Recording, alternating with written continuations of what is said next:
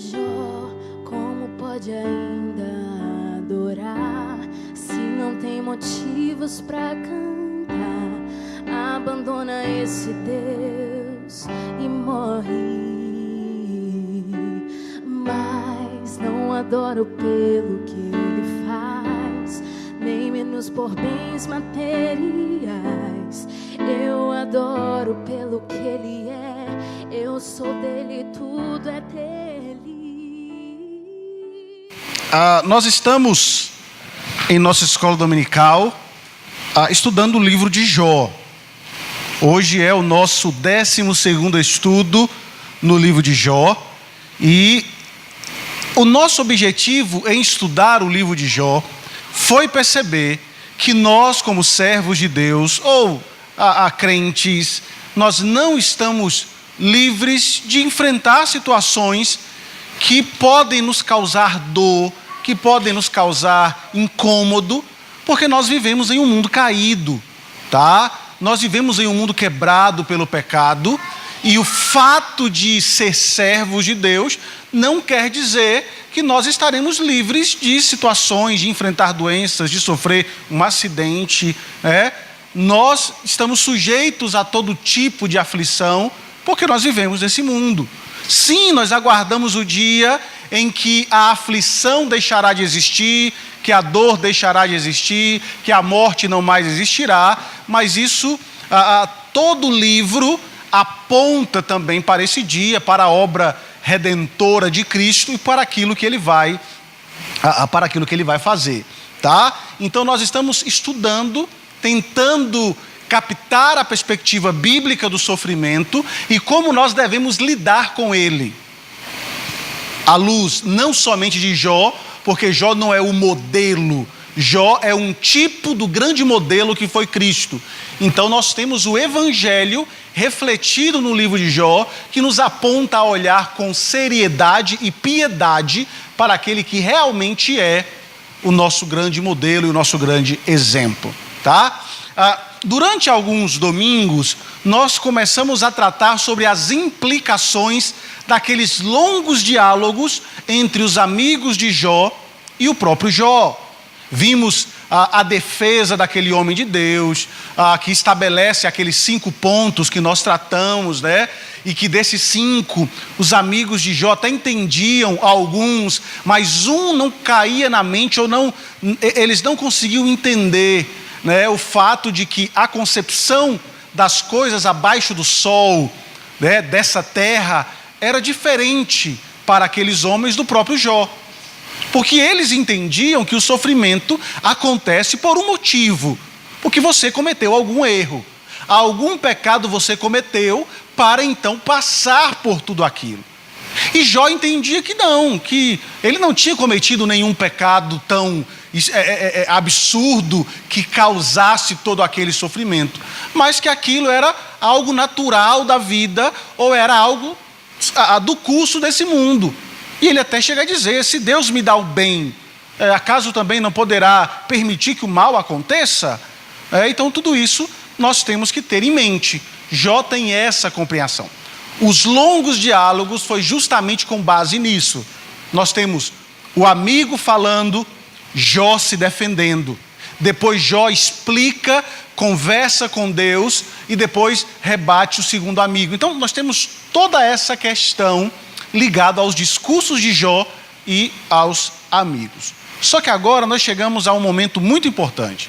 Semana passada nós tratamos sobre um tema muito delicado, que fala muito com a gente, né? E hoje nós temos também mais algumas pinceladas, tá? Diante do que nós temos aqui.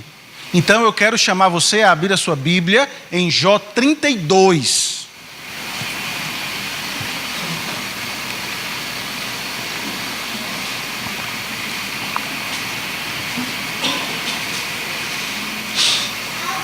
Jó 32.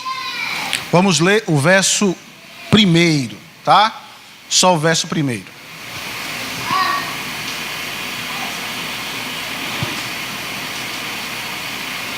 Diz assim: cessaram aqueles 3 homens de responder a Jó no tocante ao se ter ele por justo aos seus próprios olhos. Tá? Então vamos orar. Obrigado, Senhor, por essa manhã. Nos auxilie na compreensão do texto sagrado, da verdade. Fala o nosso coração. Queremos nos calar para lhe ouvir, Senhor. Entendendo que o Senhor fala conosco. Entendendo que o Senhor corrige aqueles que são filhos. E o que nós precisamos, ó Deus, é aprender a ouvir. É aprender a ouvir o Senhor e a sua voz. Essa é a oração que nós te fazemos em nome de Jesus. Amém e amém. Meus irmãos,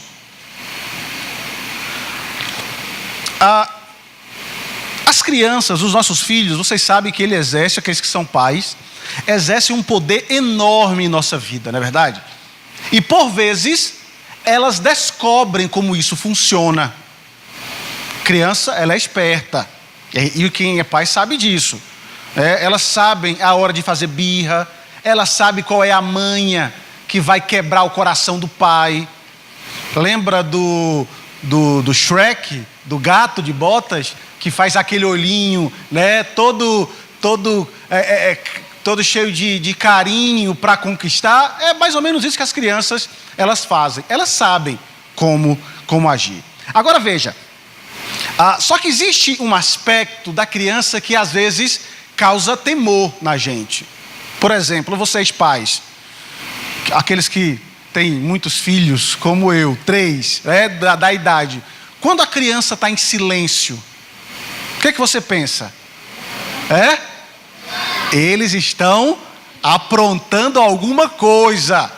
E aí você já fica com medo, assim, rapaz, essas crianças estão em silêncio, aconteceu alguma coisa, deixa eu ir atrás para saber. E geralmente a gente sempre descobre alguma coisa, né? Se pintou todo, riscou a parede, abriu a geladeira, pegou o pote de manteiga e comeu tudo. A gente sabe que a criança, ela apronta alguma coisa. Agora veja, o silêncio, ele tem um aspecto muito importante dentro da Escritura. E ele tem muito a nos ensinar, e é algo que a gente não gosta de aprender. E a gente não quer aprender, tá? Eu vou explicar para vocês, tanto hoje pela manhã, tá? E a gravidade da coisa virá também à noite, quando olharmos para Obadias. São aspectos diferentes, mas eles estão entrelaçados porque está ligado ao pecado. Mas veja bem, ao longo de toda a Escritura, os inimigos de Deus são retratados como uma horda barulhenta de uma humanidade furiosa, que precisa falar, que precisa mostrar o seu ódio, que precisa gritar para provar alguma coisa. Todo o tempo é assim dentro da Escritura.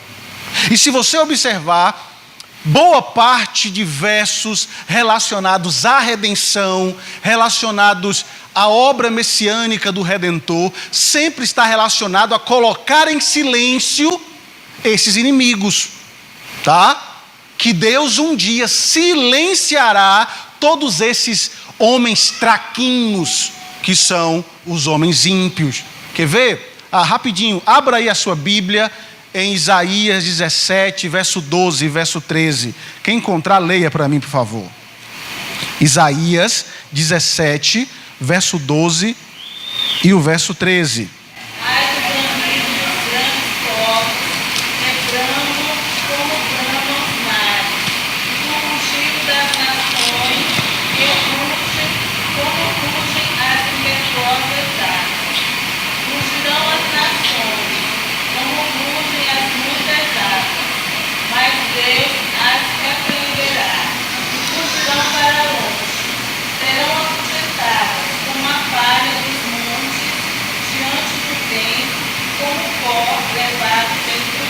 Isso, ai daqueles que ficam aí bramando, gritando, né, achando que pode causar e criar alguma situação pelo simples fato de querer fazer barulho. Deus está dizendo, olha, Isaías está dizendo, Deus irá espalhar vocês, Deus irá trazer o juízo relacionado a esse aspecto na vida de quem é assim, de quem age assim como inimigo. Ou então, como diz o Salmo conhecido por nós, o Salmo 8, verso 2, que diz: da boca dos pequeninos e de crianças de peito suscitasse força por causa dos teus adversários, para fazer emudecer os inimigos e o vingador. Tá? A promessa é: os inimigos, aqueles que não sabem ouvir, aqueles que tentam sempre alcançar o êxito por meio do barulho, por meio do grito, sem deixar sem a base do argumento de parar para ouvir, de ver se realmente é assim, esses vão ser exterminados e vão ser destruídos por Deus. Porque existe um aspecto no silêncio, em parar para ouvir, que está ligado à redenção, tá? E está ligado também ao fim. Eu vou mostrar isso para vocês já. Provavelmente esse estudo a gente vai ter que dividir em 2. Semana que vem a gente vai continuar mostrando algo nesse aspecto. Mas veja, nós temos essa noção dentro da Escritura. E o livro de Jó, ele é fantástico por isso. Porque nós podemos aqui, no livro de Jó, da maneira que Jó trabalha, a maneira que o livro é escrito, nós podemos rastrear o caminho do Evangelho, tá? A vitória do Evangelho, a vitória de Deus sobre Satanás, sobre o inimigo, seguindo o silêncio. Isso é muito interessante. Como eu disse, nós temos que ter uma visão cristocêntrica da vida, tá? Uma visão cristológica da Escritura Sagrada, porque toda ela nos aponta para isso. Por isso nós precisamos entender que a Escritura é suficiente para todos os aspectos da nossa vida. Porque ela diz isso, ela é palavra de Deus. Ela é suficiente para nos orientar em todos os aspectos. Ela é suficiente para nos orientar em nossas mágoas, em nossas angústias, em nossos complexos, em nossa vida de serviço, de patrão, de empregado. Ela é suficiente para tudo. E ela é suficiente para nos ensinar que existe um momento para se manter em silêncio para aprender. Só que nós não gostamos disso. Nós não gostamos do silêncio. Eu vou explicar já para vocês por quê. Nós não gostamos de ouvir. Nós temos aquele impulso de rebater. Nós temos aquele impulso de querer justificar, de querer sempre ter uma resposta para tudo, porque nós não temos aprendido essa perspectiva de que sim, nós precisamos parar para ouvir algumas verdades que nós não gostamos. E o livro de Jó traz essa imagem. Porque se você prestar atenção, se você já leu o livro de Jó, eu até pedi para você, leia o livro de Jó, você vai perceber que existem longos diálogos. Longos diálogos. Você parou para pensar quanto tempo Jó teve que ficar parado ouvindo a argumentação dos 3 amigos? Olha, são 42 capítulos do livro de Jó. E boa parte deles está relacionado aos discursos dos amigos. Nós, por vezes, pelo menos eu vejo que todo mundo ouve ali bem, a gente fica aqui 1 hora pregando. E às vezes a gente já dá uma mexidinha, a gente já começa a ficar incomodado. Imagine uma pessoa falando por muito tempo, só dizendo algo está errado com você e acusando de uma maneira errada. Pense bem sobre isso. Então veja, o silêncio aqui serve para vários fins, tá? Serve para distinguir a sabedoria da loucura. Então, antes da gente adentrar nisso, eu pergunto para você: a sua vida, a maneira como você se porta, o que você tem representado? Sabedoria ou loucura? E eu vou explicar já por quê. Tá? Então veja, o número de discursos e sua extensão prolongada desse livro serviram para destacar drasticamente a importância do silêncio. E em especial da habilidade de Deus, tá, em silenciar os seus inimigos, depois toda a criação, trazê-los a entender que existe alguém maior que está no controle de tudo e que nós precisamos aprender a nos sujeitar a Ele, a ouvir as suas orientações para tratar a nossa vida. E é isso que o livro de Jó traz a nós. Então veja, o argumento aqui que vai começar no silêncio, vai nos levar ao silêncio. Ele tem a capacidade de depois quebrar o silêncio, nos levando a algo de adoração a Deus, que é o que nós precisamos entender. Então vamos lá, vamos tentar entender o que acontece aqui em Jó. Como eu disse, os ciclos dos amigos de Jó, cada um falando, se encerra, e o nosso texto, Jó 32, traz justamente isso. Nós passamos aí 12 estudos mostrando os argumentos dos amigos de Jó, né, dos muito amigos, que não são amigos coisa nenhuma, tá? Nós percebemos aí como eles trataram, só que chegou um momento de silenciá-los, e isso acontece, tá? O ciclo se encerra. Volte para Jó 32 e veja como a coisa começa a desencadear em uma fúria sem explicação dos amigos. E veja como isso reflete muito aquilo que nós sentimos. Jó 32, verso 1 e verso 2. Alguém leia para mim bem alto, por favor. Cessaram aqueles 3 homens de responder a Jó no tocante a um ter ele por justo aos seus próprios olhos. Então se acendeu a ira de Eliú, filho de Baraquel, o Buzita, da família de Irão.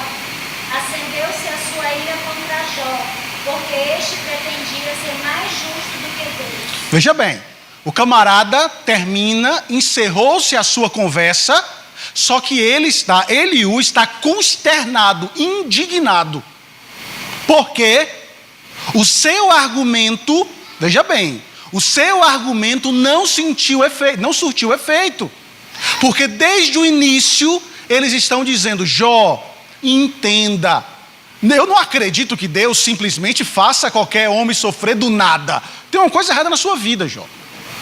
Eu preciso que você entenda isso. Você fez alguma coisa, seus filhos fizeram alguma coisa, isso aí é resultado de algum pecado seu. E a argumentação de Jó é: não, eu não estou livre de enfrentar nenhuma dificuldade nessa vida pelo simples fato de ser servo. Não, eu perder os meus filhos não está relacionado a algum problema, a algum pecado causado ou promovido ou praticado por mim que me levou a isso. Não, eu não estou livre. Sofrimentos, angústias e dores fazem parte da vida, fazem parte desse mundo. Jó entende o evangelho. Jó entende lá atrás, desde a época de Abraão, né, que ele Jó entende como esse mundo funciona, porque os primeiros pais caíram e trouxeram ao mundo toda essa malignidade e essa gravidade do pecado. As úlceras, perder tudo. Nós não estamos alheios a isso. Só que os amigos de Jó não entendiam isso. E então eles começaram a argumentar. E veja, qual é a nossa reação em nossas discussões quando a nossa palavra não é o ponto final da discussão? Qual é? Revolta. Nós não gostamos de ter alguém que não é que saiba mais do que a gente, ou que tem um argumento diferente da gente. Olha aqui o amigo de Jó do mesmo jeito. As nossas tolas discussões que nós temos hoje, tudo está ligado a isso, porque as pessoas não pensam como eu penso. E quando alguém rebate de alguma maneira aquilo que eu acredito, eu não estou falando da verdade, tá? Porque a verdade, ela é verdade de Deus, ela não muda. Eu estou falando na nossa tola compreensão de achar que o nosso argumento é sempre o melhor em tudo. É isso.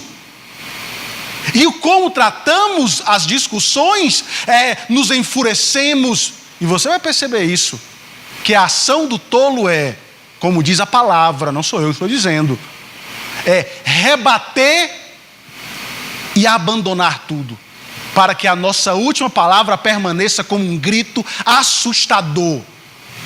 Não é isso que acontece? É assim que acontecem as nossas discussões. É assim que acontecem as nossas discussões. Isso fica muito evidente. Eu falei semana passada sobre como nós nos olhando para Jó, trazendo para um contexto mais prático, como nós nos perdemos ao longo das nossas interações aí sociais. Mas eu não quero ir além. Nós temos vários grupos de WhatsApp aí dentro da igreja ou de amizade. Perceba como começam as discussões.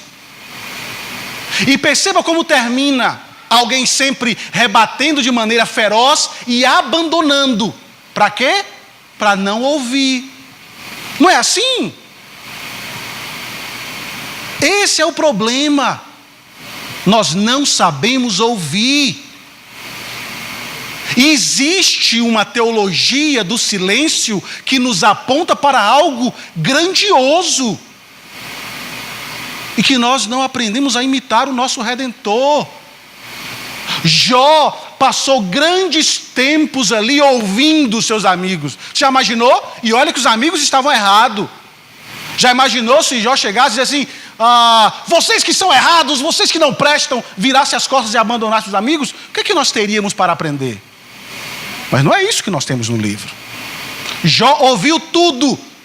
Sim, ele não deixou de rebater o erro, porque ele mostrou, vocês estão enganados. Não é bem assim. E ele não, tudo bem que ele também, em alguns momentos, como nós tratamos aqui, ele não foi mansinho e suave, ele foi duro, como foi Cristo também, porque ele apontava para Cristo no momento do seu ministério. Daí nós veremos um pouco mais também sobre isso. Mas nós temos a maneira de tratar. Ele rebate, ele escuta, ele rebate, ele escuta, ele mostra os argumentos. E no final, quem revelou estar errado e revoltado foram os ímpios. Foram os amigos dele. Descendentes de Edom, ou descendentes de Esaú. Lembra? Edonitas. Que vocês verão o fim hoje à noite. E o interessante, quando nós tratamos aqui, que o primeiro amigo a ficar em silêncio foi justamente o primeiro a falar, vocês lembram? O mais velho, o mais experiente, aquele que demonstrava uma doçura no falar, uma calma. Só que quando Jó rebateu com propriedade os argumentos dele, ele se estourou e vociferou contra Jó e foi para cima dele mostrando que ele estava errado, quando na verdade ele só percebeu que os seus argumentos não tinham base nenhuma. Então veja, silenciar os inimigos tem duas dimensões significativas para nós nessa manhã, diante daquilo que nós estamos tratando. Em primeiro lugar, há a questão de conseguir ser ouvido, tá? Entenda isso. A marca do tolo dentro da Escritura é que ele fala, mas ele não escuta. Essa é a marca do tolo dentro da Escritura. Veja Provérbios 18, verso 2, por favor.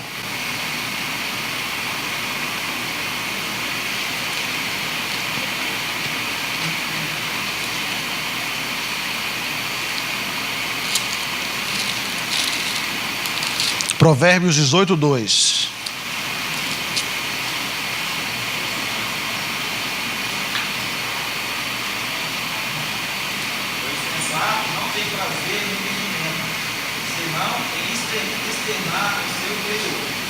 O insensato não tem prazer no entendimento, em parar para ouvir, mas simplesmente em externalizar aquilo que está dentro dele. Em Eclesiastes 10:14 diz assim: o estudo multiplica as palavras, ainda que o homem não sabe o que sucederá. E quem lhe manifestará o que será depois dele? Olha que interessante. Nós temos uma capacidade. Deixa eu só mostrar algumas coisas a você. Veja como nós somos. Eu conheço pessoas que simplesmente falam assim: eu não vou mais para a igreja. Eu não vou mais para a igreja. E as desculpas são sempre as mesmas. As desculpas são assim: eu não vou mais para a igreja porque o pessoal da SAF não me visita. Ou porque o pessoal da OPH só sabe fazer esse tipo de atividades. Ou porque os jovens sempre tem aqueles grupinhos. Nós temos N justificativas para as pessoas dizerem que não vão mais para a igreja. Só que a verdade não é essa. E nunca foi. A verdade é, elas não gostam de ouvir que o seu estilo de vida está errado. Porque é isso que a Escritura mostra. Porque você precisa entender o seguinte: a pregação, ou nós não estamos aqui como um coaching espiritual para tentar acariciar o seu coração, para elevar a sua autoestima.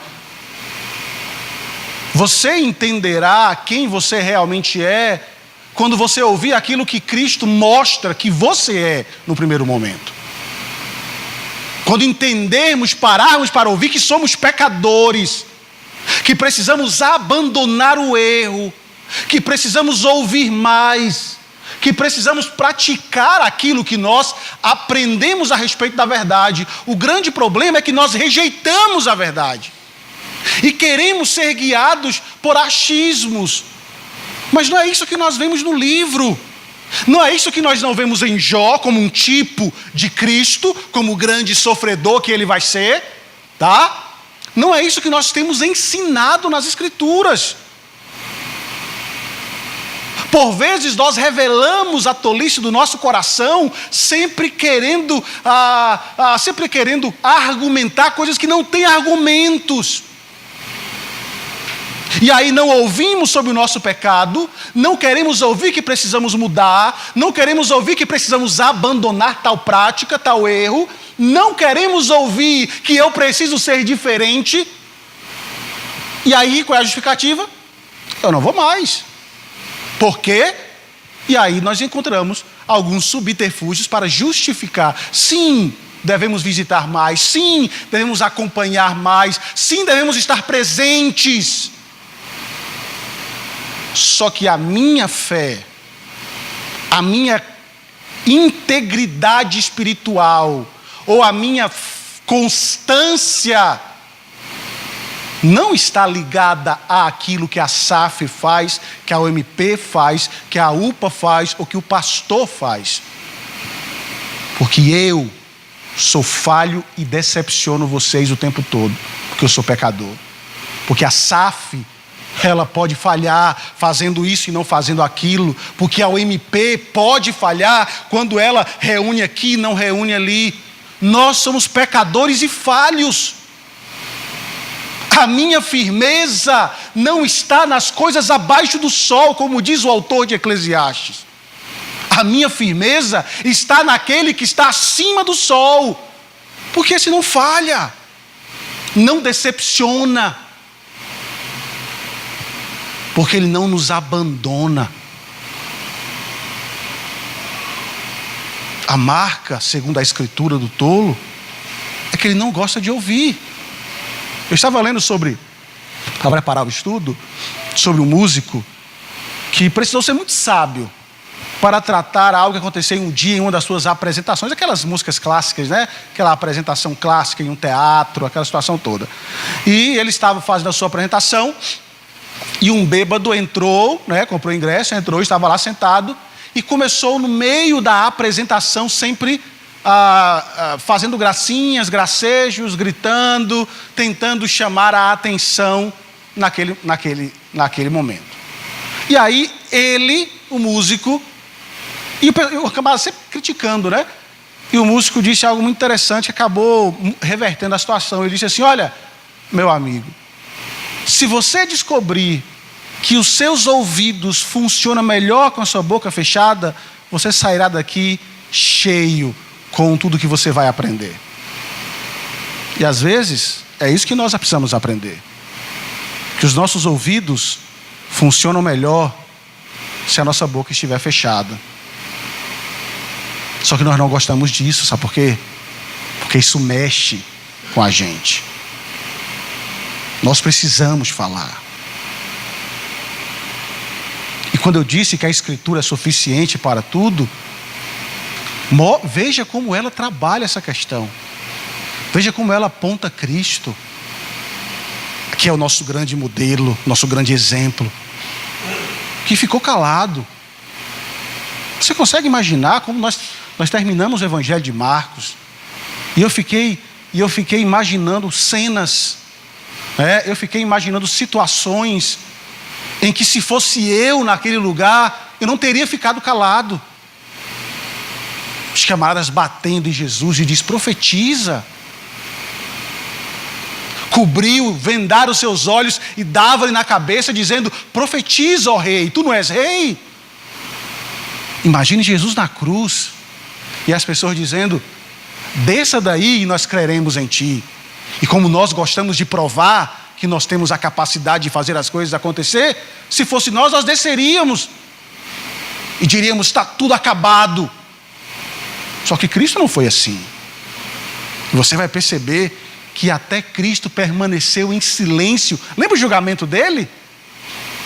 Um silêncio ensurdecedor foi aquele, né? Coerente? Porque nós estamos ali diante do silêncio do rei. E vocês verão que vai governar e vai julgar todas as coisas.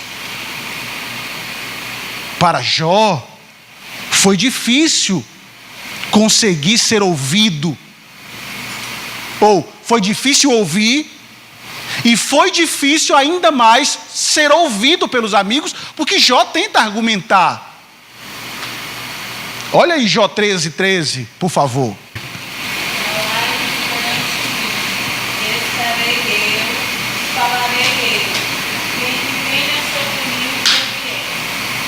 Sim, calai-vos, porque agora eu quero falar.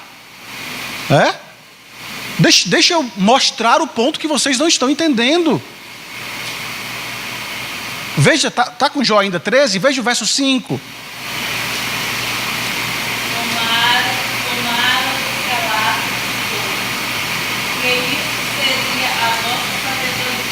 Você percebe?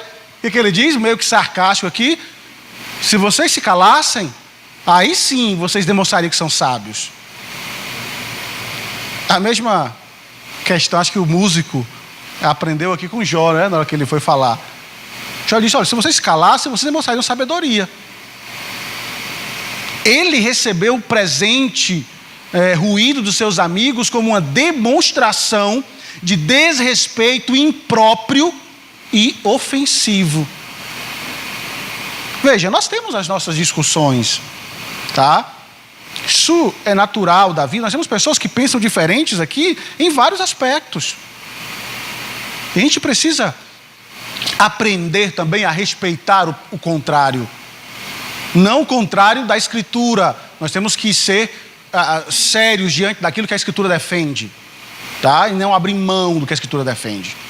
Nós precisamos aprender a respeitar. E a grande questão é que nós não sabemos. E outra coisa, e nós queremos que o ponto final de toda discussão seja sempre a nossa palavra. Quando na verdade, o ponto final de toda discussão é a palavra de Deus. Não adianta. Se a palavra de Deus for o ponto final em todas as nossas discussões, não sairão feridos. Sairão pessoas reconciliadas. Mas se a sua palavra, e você achar que ela deve ser o ponto final, aquilo que você acha, sairão pessoas com espadas cravadas nas costas, feridas e sangrando. E até mesmo você pode ter espadas nas costas, porque também recebeu. Se a palavra de Deus não for o crivo que orienta todas as nossas discussões, sejam elas no âmbito que for. Quantas discussões nós temos em nossos lares, esposa e esposo, que são regadas por aquilo que nós achamos ou por aquilo que nós sentimos. Por que não dizemos assim? Vamos ver o que a Escritura diz a respeito disso? Ninguém fala isso. Sabe por quê? Porque quando traz a Escritura, a gente tem que se calar. Então, antes da Escritura falar, a gente quer falar. Porque aí, para ver quem fala mais alto, quem tem mais poder. Mas a palavra de Deus, ela precisa ser o crivo em tudo. Porque veja bem, se eu não entender isso, alguma coisa está errada na minha fé. Porque se eu entendo que a Escritura é a palavra de Deus, minha única regra de fé e de prática, se eu entendo que, como ela mesmo diz, ela é suficiente para exortar, para corrigir, para nos aperfeiçoar, para nos habilitar, então por que nós não usamos a Escritura em todas as questões da nossa vida?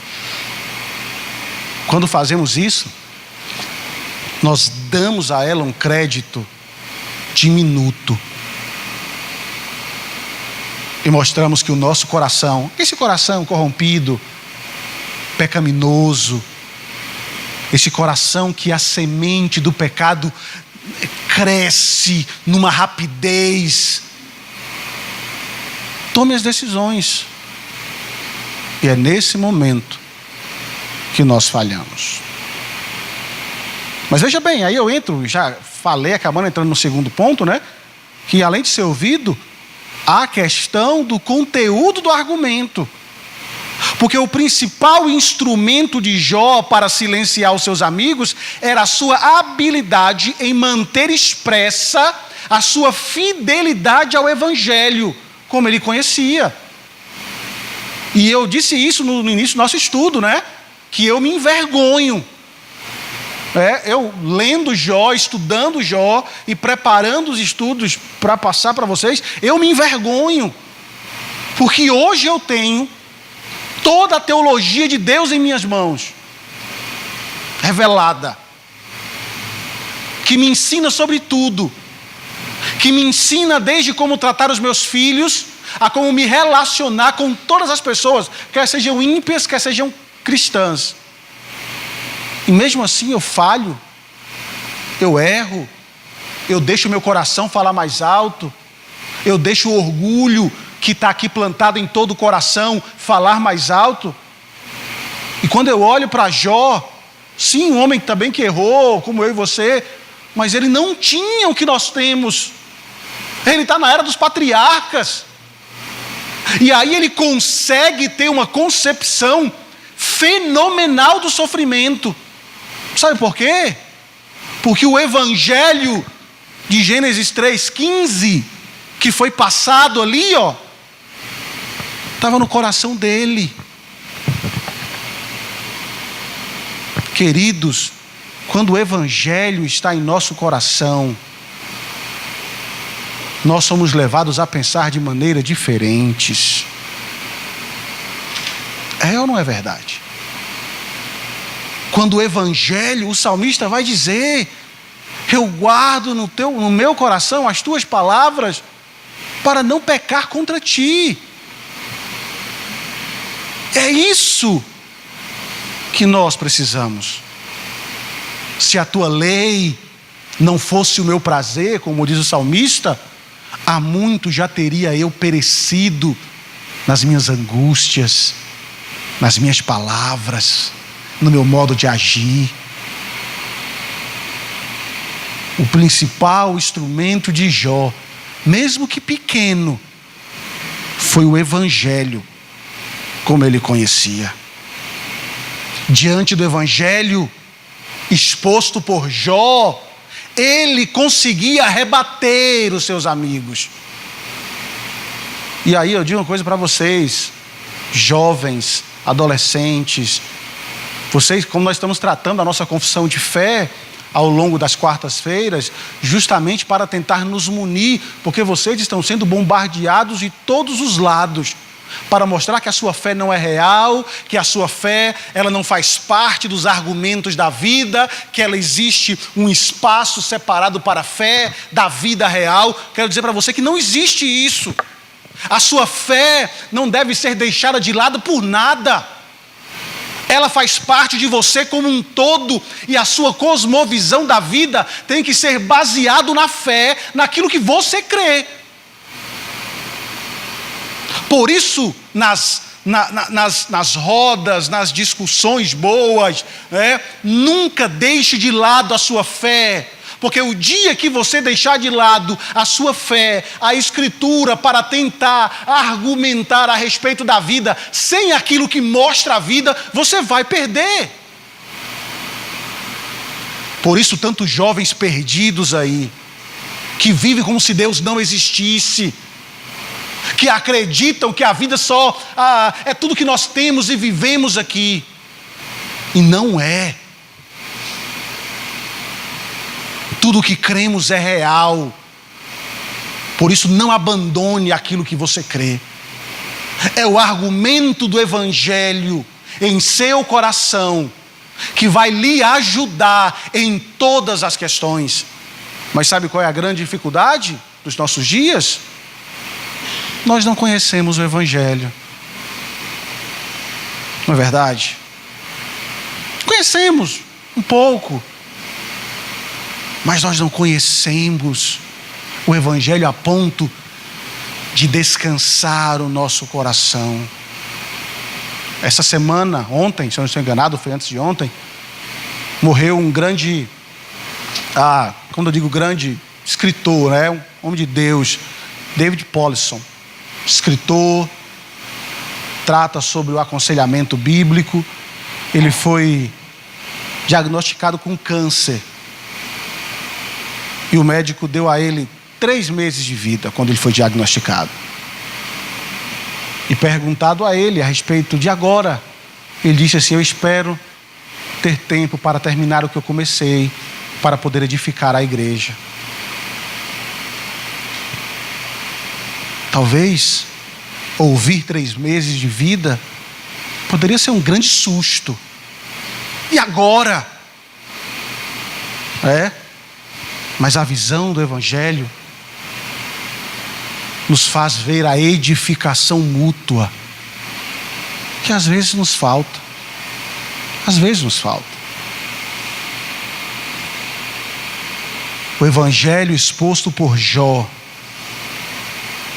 conseguiu silenciar os inimigos a ponto deles ficarem enfurecidos. Eliú foi um deles. Isso é um absurdo.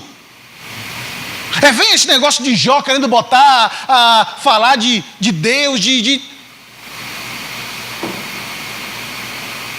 Mas não é assim. Jó silenciou os seus amigos, usando o Evangelho. O silêncio deles ao ouvir os argumentos de Jó, não pense que eles pararam para ouvir Jó tentando aprender, porque não foi isso que aconteceu. O silêncio deles nasceu da futilidade do coração. O autor vai dizer que a ideia deles está ligada a um silêncio carrancudo, de não querer ouvir, porque não concordavam, mas parece que meio que obrigados a ouvir Jó, porque eles falaram muito. Às vezes assim nós somos, Quando somos exortados pelos nossos pais, ou quando somos exortados pela liderança da igreja, por vezes ouvimos com a cara fechada. Eu não deveria estar aqui ouvindo. Eu não precisaria ouvir isso. É assim que nós pensamos. Mas o nosso silêncio, queridos irmãos, guarde isso, não é o silêncio de futilidade, mas é o silêncio de aprendizado. Ouvir para aprender. E eu creio que é essa expectativa que temos aqui. Quando nós deixamos os nossos lares para vir à igreja ouvir, vocês passam aqui uma hora um pouquinho, ouvindo, certamente é aquele ouvir para aprender. E isso nós precisamos. Sim, Marivane?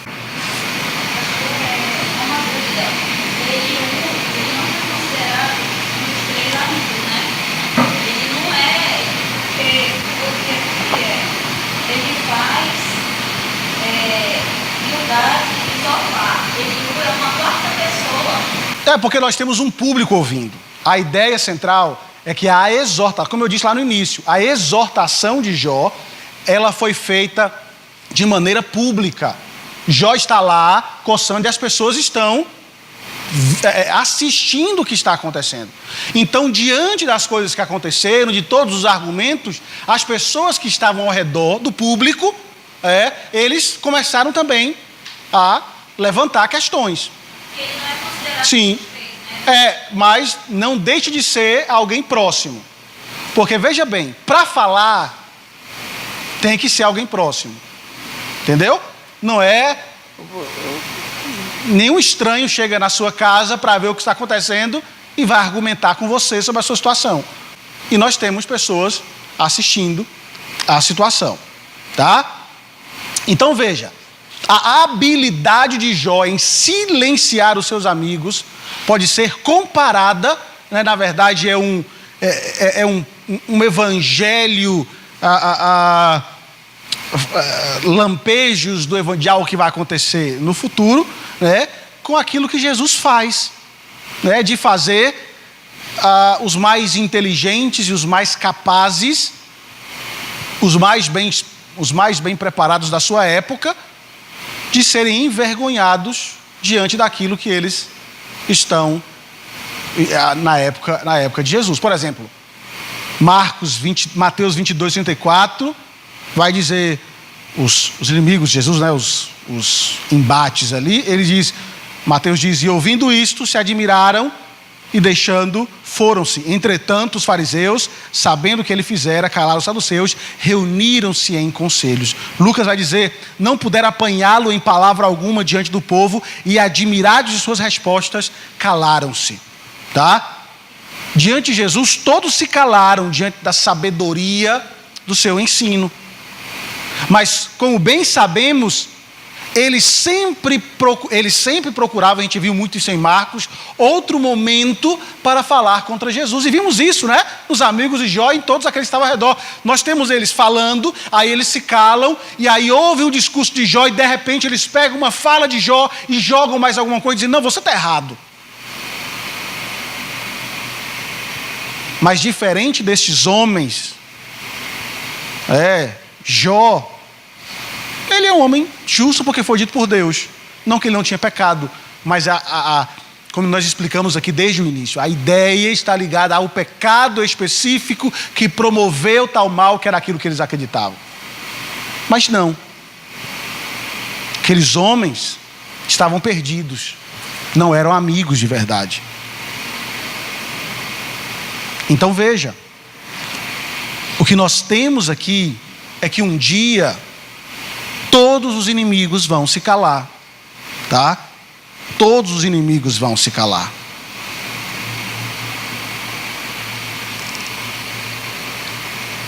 E esse dia será um dia muito triste para alguns. Um dia muito triste para alguns. Porque existe esse desafio do silêncio para nós. Porque quando os 3 amigos terminaram e ficaram em silêncio, o silêncio deles foi de desafio e não de submissão. Não foi de entender que eles estavam errados. Jó pediu silêncio para que eles pudessem aprender e que os seus argumentos eram falhos.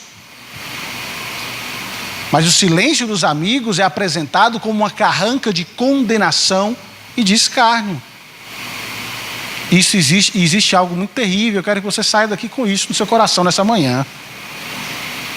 Você lembra que esse silêncio não voltado para o aprendizado e para a mudança, pode promover em nosso coração? Você lembra o que o salmista diz no Salmo 32, verso 3? Alguém lembra? De cor? Enquanto calei os meus pecados, envelheceram os meus ossos pelos meus constantes gemidos todo o dia. Olha que tragédia. Quando o nosso silêncio não é para a mudança, nós adoecemos. Não é? Nós nos tornamos pessoas amargas. Tá? O silêncio precisa ser um silêncio de alguém que é subordinado a Cristo, que se queda diante da palavra de Deus, diante do rei que ele é. Porque suas palavras, irmãos, são como uma espada afiada de 2 gumes que corta profundamente o nosso coração. E nós precisamos aprender a nos silenciar. O silêncio de Deus em Jó, como as pessoas achavam, Deus está em silêncio porque Ele está lhe punindo. O silêncio do Filho do Homem em seu julgamento, lá no final da sua vida, forma um silêncio sinistro que irá peneirar os tolos dentre os sábios. E a minha pergunta a você é, olhando hoje para a nossa vida, de que lado nós estamos? Existe hoje uma capacidade generalizada, uma incapacidade de ouvir a verdade, de ouvir aquele que fala a verdade. E isso se dá pela manifestação da mais constante e sutil da nossa arrogância. No fundo, nós acreditamos que as nossas palavras são mais interessantes, que o nosso argumento é melhor. Um escritor secular, tá? Pensando nesse tema, ele escreveu um texto com o título A Escutatória. Ele trouxe uma reflexão sobre como sempre vemos anunciando cursos de oratória para você falar bem em público. Porque todo mundo quer aprender a falar. O problema é que ninguém quer aprender a escutar. Nunca ouvimos o anúncio de um curso de escutatória. Porque se existisse esse curso, provavelmente ninguém iria se matricular. A gente não aguenta ouvir o que o outro diz sem dar um longo palpite melhor, sem misturar o que ele diz com aquilo que a gente diz, como se aquilo que a pessoa diz não fosse digno de consideração e precisasse ser melhorado por aquilo que temos a dizer. Tudo bem, mas eu acho. Sim, você está certo, mas eu acho. Nós achamos que as nossas palavras são sempre melhores.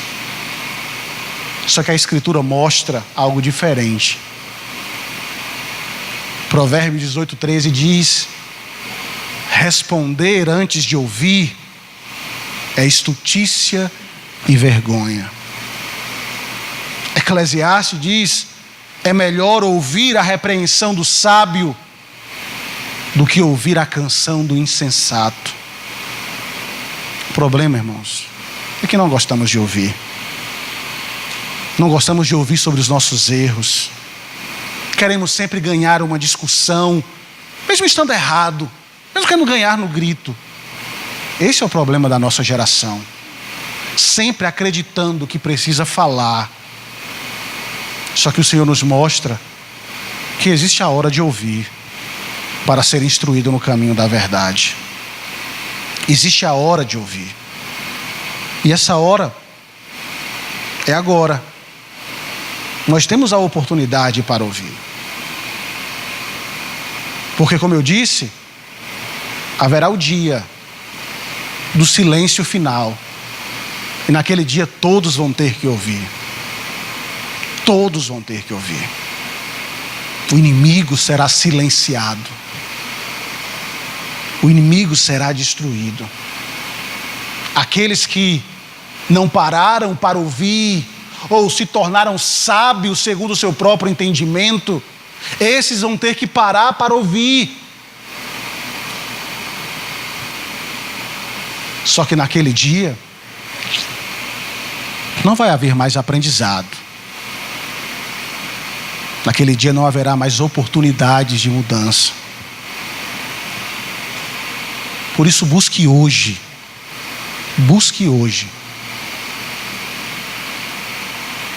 a oportunidade para tratar, para ouvir e para ser sábio. Não aos seus próprios olhos, não ao seu próprio entendimento, mas ser sábio aos olhos de Deus, que guarda no coração a palavra, que não é apenas ouvinte, mas praticante da verdade. Por isso amemos assim, não só de palavras, mas de fato e de verdade, e que aprendamos a andar como o Senhor requer de nós em sua palavra. Que Deus nos abençoe, que Deus nos oriente e nos dê força, irmãos, porque eu sei que não é fácil. Eu não estou dizendo que é fácil aprender a ouvir, porque não é. Nós temos os nossos argumentos, nós temos as nossas ideias, mas eu lhe convido a descansar o seu coração na palavra de Deus.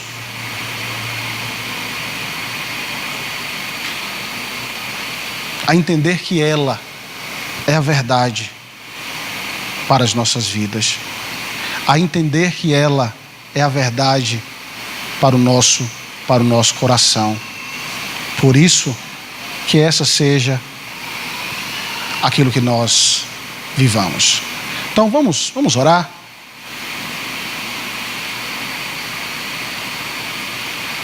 Curva sua cabeça. Vamos orar ao Senhor.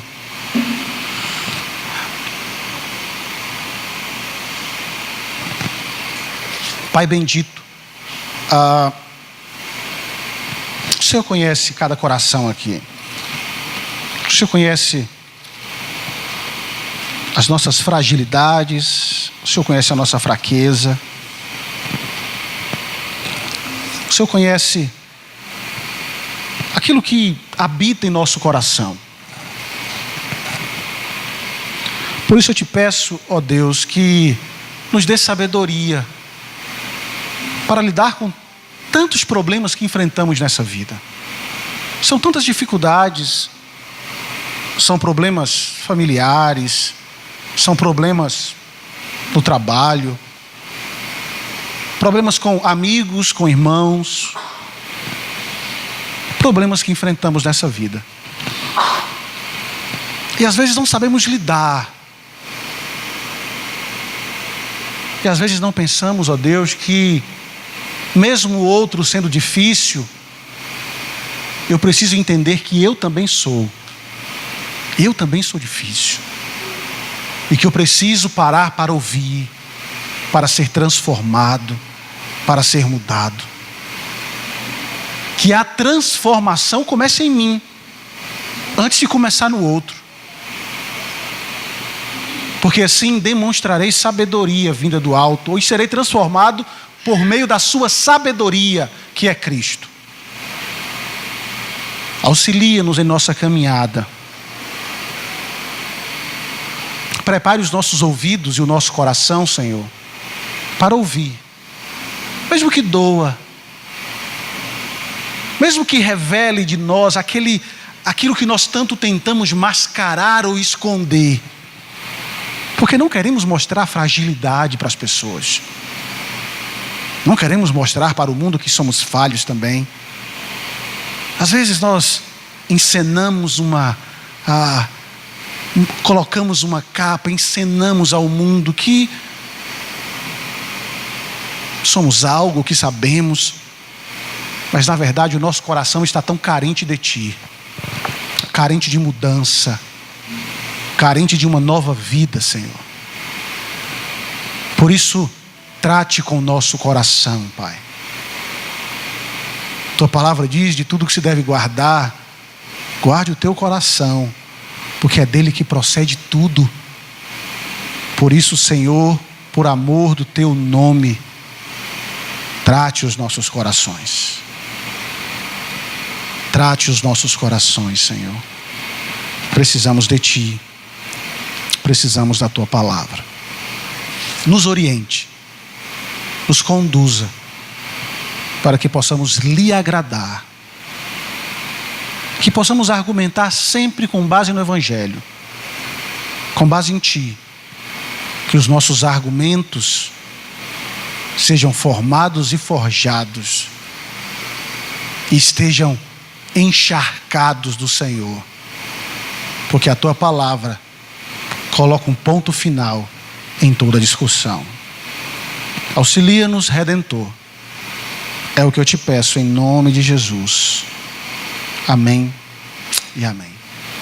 Não vamos ter relatório, mas o versículo que eu iria deixar para que a gente pudesse juntos seria Apocalipse 2:7.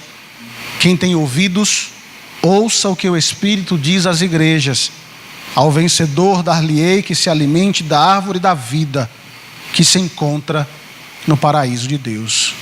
Essa é a promessa para aquele que ouve as verdades do Evangelho. Deus nos abençoe, queridos, em nome de Jesus. Amém. Jó, como pode ainda adorar se não tem motivos para cantar? Abandona esse Deus e morre, mas não adoro pelo que ele faz, nem menos por bens materiais. Eu adoro pelo que ele é, eu sou dele, tudo é teu.